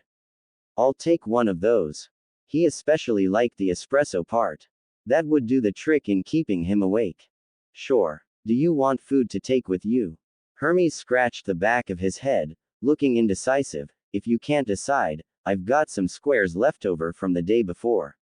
They won't be fresh, but they'll still taste good. I can have them bagged up for you. Free of charge since I made them the other day. The god's eyes lit up, and a bright expression washed over his face. That would be great. Thanks. No problem. Take a seat, and I'll bring them over. Watching as the blonde owner turned around and prepared his drink, Hermes spun around and headed for the closest table. Maybe this place was alright after all, and everything Aphrodite was spouting on about wasn't just hot air. The mortal appeared decent enough. After all, who would give away squares for free? No one he'd ever met, that's for sure.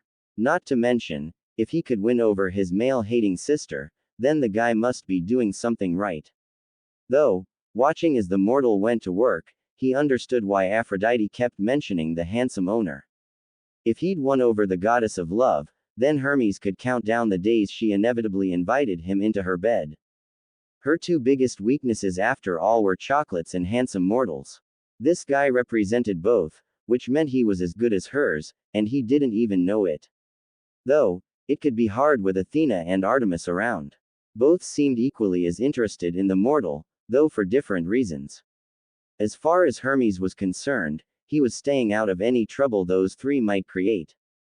He thought back to the love goddess, then again, she'd like a challenge. He thought, leaning on the table and resting his head against his arms, I wonder if I should start a betting pool. 100 drachmas maybe. He would have to look into this some more when he wasn't feeling as tired. Sighing and rubbing his face as he waited for his order, Hermes shut his eyes and let his body relax. It was only for a minute. His schedule was getting busier by the minute, and spent all last night going from state to state. He earned this much. Granted, gods didn't need as much sleep as mortals did, and could theoretically remain awake for greater lengths of times. Sometimes days, and possibly even weeks depending on the god. However, he was reaching his limit. He just needed a moment to relax. After a few minutes passed, Naruto finished the drink, capping the top with a plastic lid and adding a paper sleeve to the takeaway cup. Alright, that's your drink. Give me a moment, and I'll bag up those squares I promised. ... You alive back there? Stopping mid-step, Naruto glanced up from the drink, and his jaw dropped when he looked over at the table the mailman sat behind. You have to be kidding me. The Olympian had his face slumped against his arms, eyes covered by his forearm and mouth hanging wide open, causing loud snores and gargles to come out. A foot twitched against the leg of the chair, and his nose wrinkled. The blonde couldn't believe what he was seeing. Was this guy serious? He wasn't running a bed and breakfast.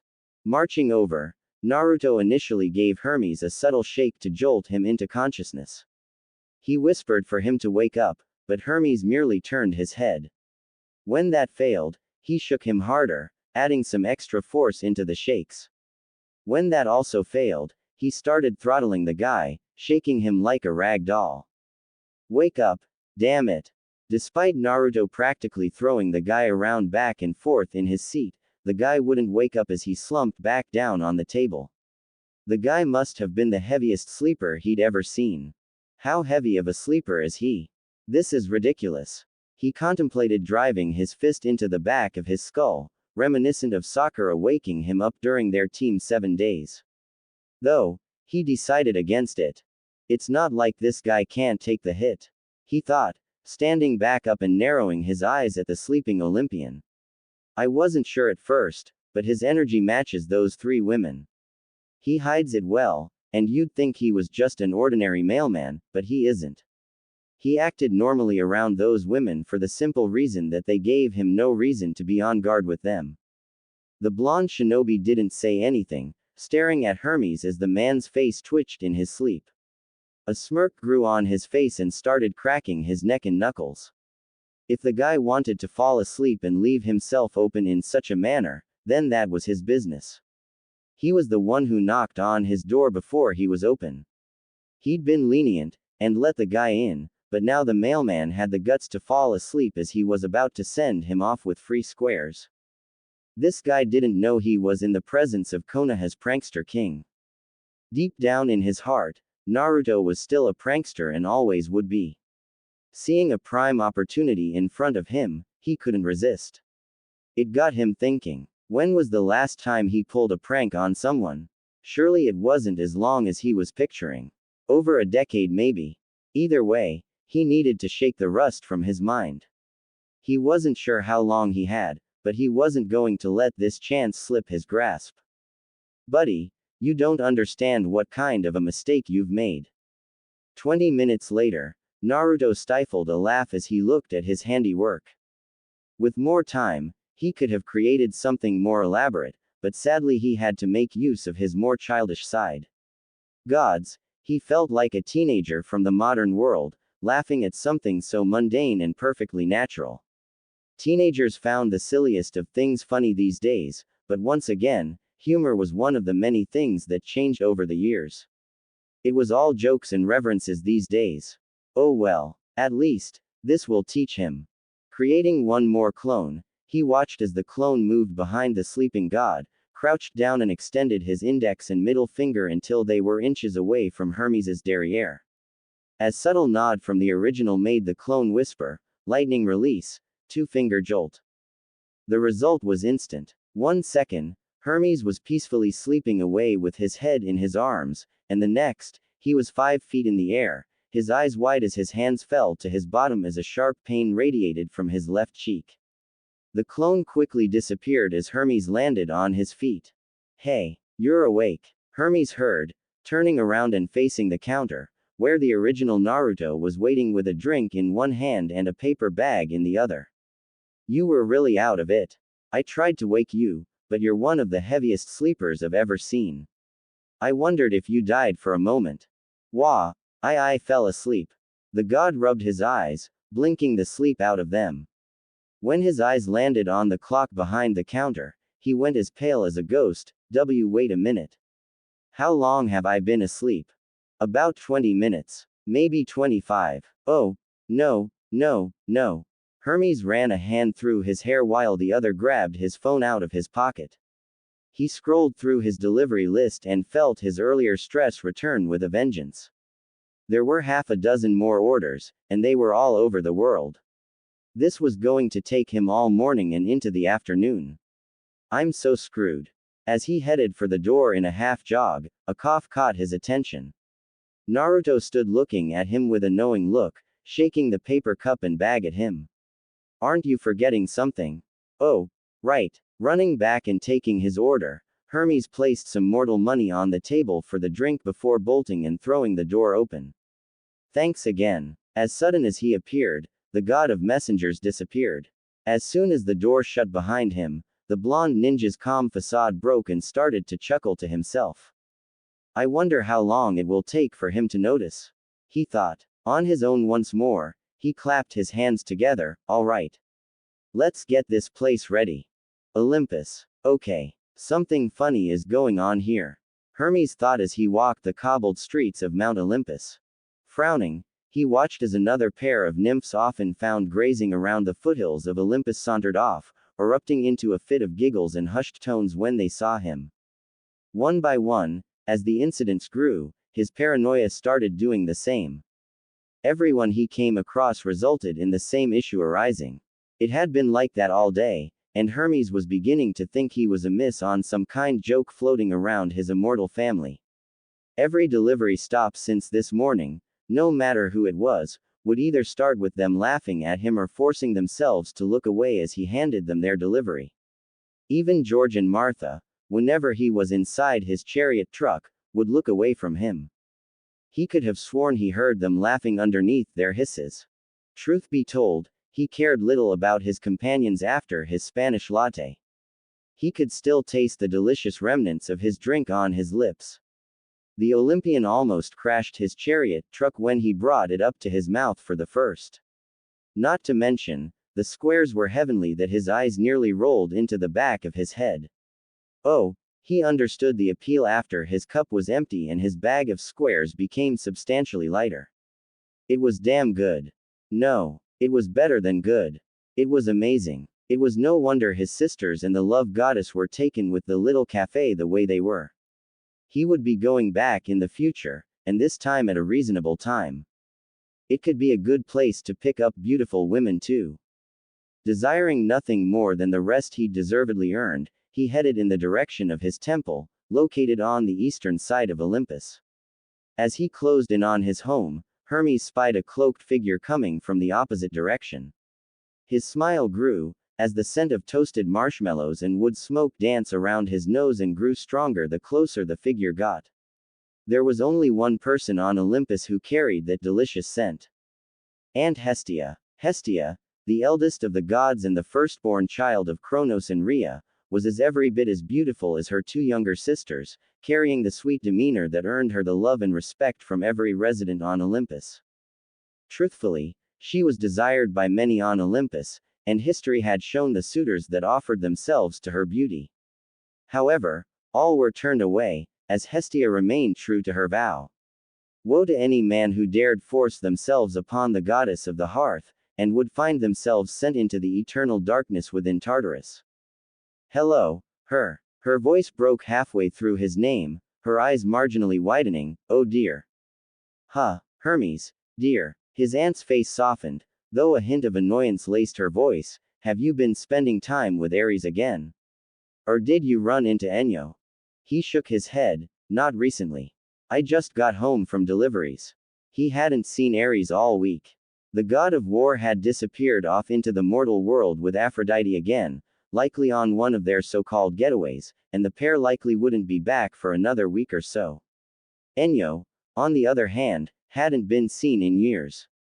His wayward older sister didn't visit much, primarily due to the estrangement between her and her parents. I see. Hermes watched as a mirror was conjured in his aunt's hand. Have you looked in the mirror recently? Shaking his head, his aunt held the mirror up to his face, and Hermes couldn't stop his jaw from dropping. What the hell? A shocked gasp erupted from his body and caught himself leaning closer to the mirror, his hand reaching up and touching his forehead. Aunt Hestia. Yes, Hermes. Quote. Why is there a drawn on my face? His aunt's smile never faltered. I don't know, Hermes. I was hoping you would fill me in. I'm equally as confused as you are. Hermes got a sense his good-natured aunt was trying her best not to laugh at his current predicament. The way the edges of her mouth twitched and the way her idle hand tugged at the hems of her sleeves were a telltale sign.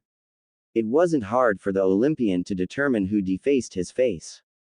There was only one moment in the day where he could say he was unaware of his surroundings. How had he not noticed? It was over 12 hours later. He'd been walking around with a drawn on his face the whole day. It was no wonder people couldn't keep a straight face when they saw him. Even Hestia looked ready to bust a gut in hysterics. That asshole barista did this to me. The image of Naruto appeared in his mind, and Hermes couldn't stop his eyes from blazing with godly energy. No wonder he seemed in such a good mood when he woke up. His aunt's eyebrows raised. Barista. He threw his hands in the air, the one Aphrodite keeps talking about.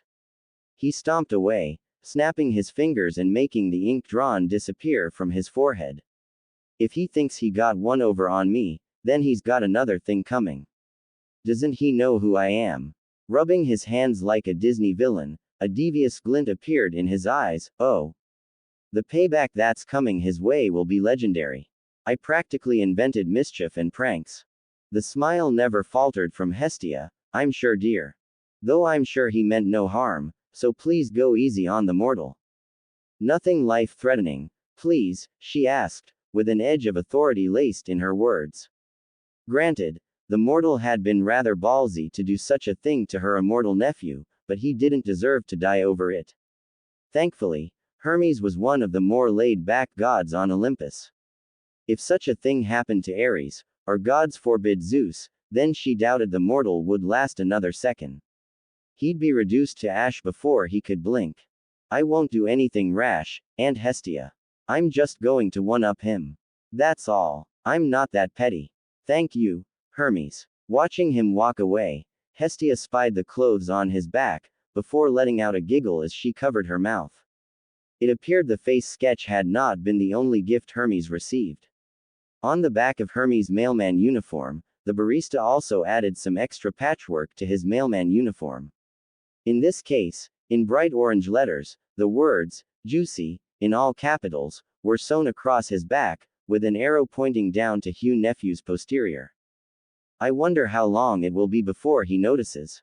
Hestia muttered to herself, watching her nephew march away before continuing down the path, the odd giggle escaping her lips throughout the rest of her day. Okay, I've got 3 coffees for the 3 of you, Naruto spoke cheerfully, lowering his tray close to the table as he placed the 3 cups of steaming coffee next to his waiting customers. I'm sorry for the wait. It's been a little hectic in here this past hour. That's okay. We don't mind, the woman in the middle said, her dark brown eyes flickering between Naruto and the 2 other women on either side of her. It smells heavenly, doesn't it, girls? Absolutely. It was worth the wait. His smile widened a fraction, and bowed his head to them. You're very kind. If he had to guess, the 3 young women sat around the table appeared to be sisters, possessing long dark hair and elfin-like features that only served to enhance their appearance. They attracted some attention from the other patrons, though they didn't appear to notice. Though the winter was reaching its end and its chill lingered in the air, all 3 were wearing dress tops that left their arms bare. Each was comprised of different shades of white, making Naruto shiver looking at them. He guessed some people didn't get affected by the cold as others did. He wished he was that lucky. Moments before the 3 women came inside, the current of the wind strengthened for the briefest of moments. It was enough for the regular citizens of New York not to make heads or tails of it, but it was enough for him to take notice. Years of training on Mount Myoboku had sharpened his senses to an extreme level, to the point where he could sense nature chakra and related energy sources without the need to activate Sage mode. The women, while nowhere near the level of particular individuals that visited the fox's den, he could sense were still stronger than the average human by a sizable amount. Not to mention when they walked into view of the store, he could have sworn their hair and the hems of their dress tops were dancing in the air. Like the others, he saw no reason to keep them away. As long as they didn't start any funny business, then they were welcome any time. Now, I've got 2 slices of the Russian honey biscuit cake. He lowered the plates down, and felt a bubble of excitement as the 2 women on the left and right made dreamy expressions as they gazed at their orders. Their forks found their way into their hands like magic, and were eagerly digging in before he could lower the 3rd plate onto the table, and 1 sticky toffee pudding. A similar look arose of the middle woman and saw her mouth silent words to herself. If you need anything else, you know where to find me. We certainly will, she muttered, slipping a piece into her mouth and letting out a sigh of pleasure. The 2 next to her erupted into a fit of giggles, with the blonde leaving them to enjoy their orders. Truth be told, as he wandered back to the counter, he'd noticed more and more similar individuals and groups like the 3 women appearing as of late. It had been happening over the last couple of weeks, during sporadic times in the day. He'd felt something off about them all as soon as they appeared close to the den, though he sensed differences with the energy and life force that coursed through their veins. Some were like the women currently in a daze with their cake orders, where the natural energy within them felt air-based. Others that came felt more connected to the earth, more traditional energy, much like when he manipulated senjutsu. In the back of his mind, the energy reminded him of the Zetsu clones created from the first Hokage's cells, though with none of the malevolent intent or evil nature. All he felt was positivity radiating from them, and all had a tinge of green to their skin that only he noticed. Though, not that he let on. Then there was the small group a few days ago with energy that radiated like the sea, with a distinct smell of the ocean and the beaches lingering on their person.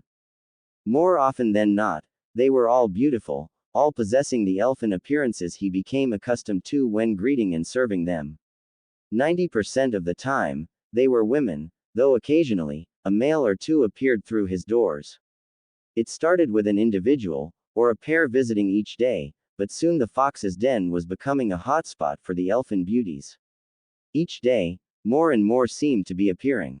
If he was honest, Naruto never imagined the fox's den would become a hotspot for nymphs of all things.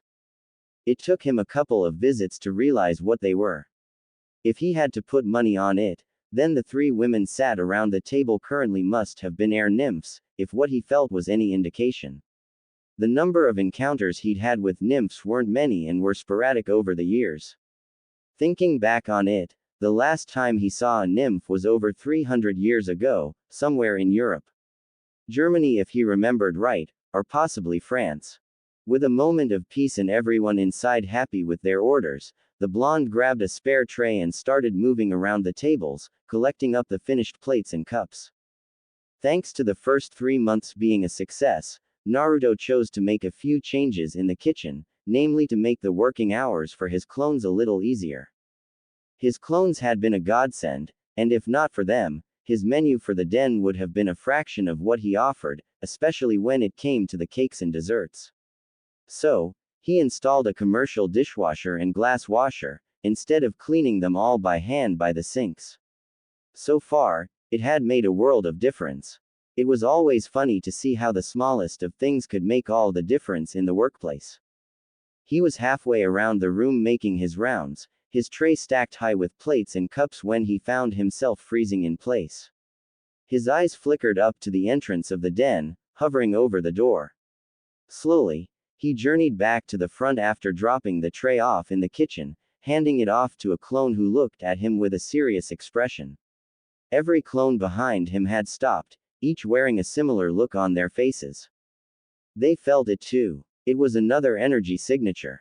However, this one was vastly different from the nymphs that occupied his tables. He didn't sense any attachment to the air, or the earth, or the sea. It was darker in nature and made the hairs on the back of his neck stand on end. In short, the energy felt like death. Looking across the room, the trio of nymphs had sensed the oncoming power as well, if the way their bodies stiffened. Their eyes were wide as dinner plates, expressions stuck in a mask of fear and terror.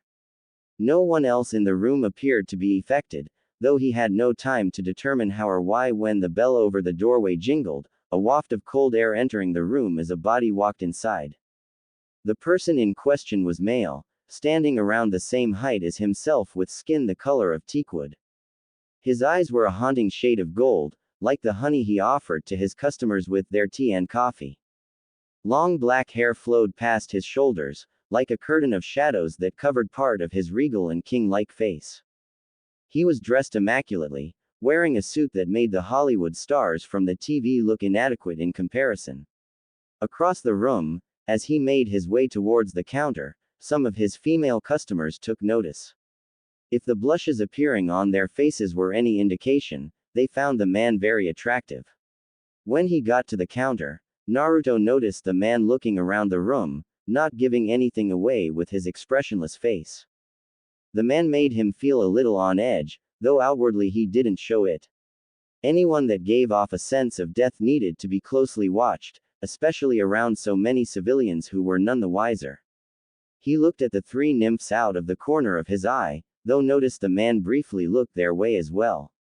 All three visibly gulped, and to Naruto's surprise, gave the man a short curtsy, despite being sat down. Just who is this guy? He thought, before putting on a smile. Welcome to the Fox's Den, Naruto welcomed, ending the silence and catching the man's attention. As he did with every customer, he took out a menu and offered it to the finely dressed man. However, unlike everyone else that walked through his doors, the man didn't take the menu. Instead, he stared at Naruto, then looked in the glass cabinet where many of the den's cakes were presented to the public, and then back at the blonde. Are you the owner of this establishment? His voice was rich and velvety. It was so smooth the blonde could picture the voice belonging in a blues club, making the women swoon and sway with his velvety tunes. I am. Is there something I can help you with? The man nodded, lacing his fingers together and placing them on top of the counter. You can. My name is Mr. Black. I'm here representing a client, if you will, who wishes to privately book your establishment out for an afternoon. Naruto's eyebrows raised in surprise. This was a first. Really? Truthfully, he hadn't looked into the idea of customers privately renting the space out for an afternoon, or an evening. Really? The man nodded, his face remaining impassive as honey gold met blue, My client has caught wind of your establishment and heard the glowing reviews from members of her family that have already visited. Her interest has piqued because of it, and she wishes to visit you to see if the word of mouth is true. The blonde nodded, though he adopted a confused look. Well, that's great and all, but why does she need to rent out the entire place? Can't she visit during my regular days? The list when we're open is displayed on the window on the right as you enter. Unfortunately not, due to certain time constraints. The man known as Mr. Black answered back immediately as if expecting the question. My client is a busy woman, who has important duties and responsibilities that she must see to, around these months in particular. The man shifted his stance, reaching into his pocket and pulled a check.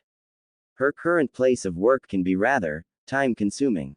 Rubbing the back of his head, Naruto guessed he could understand the reasoning, though renting it out for one person seemed a bit much. Who was this person anyway? Some kind of CEO of some big-time corporation?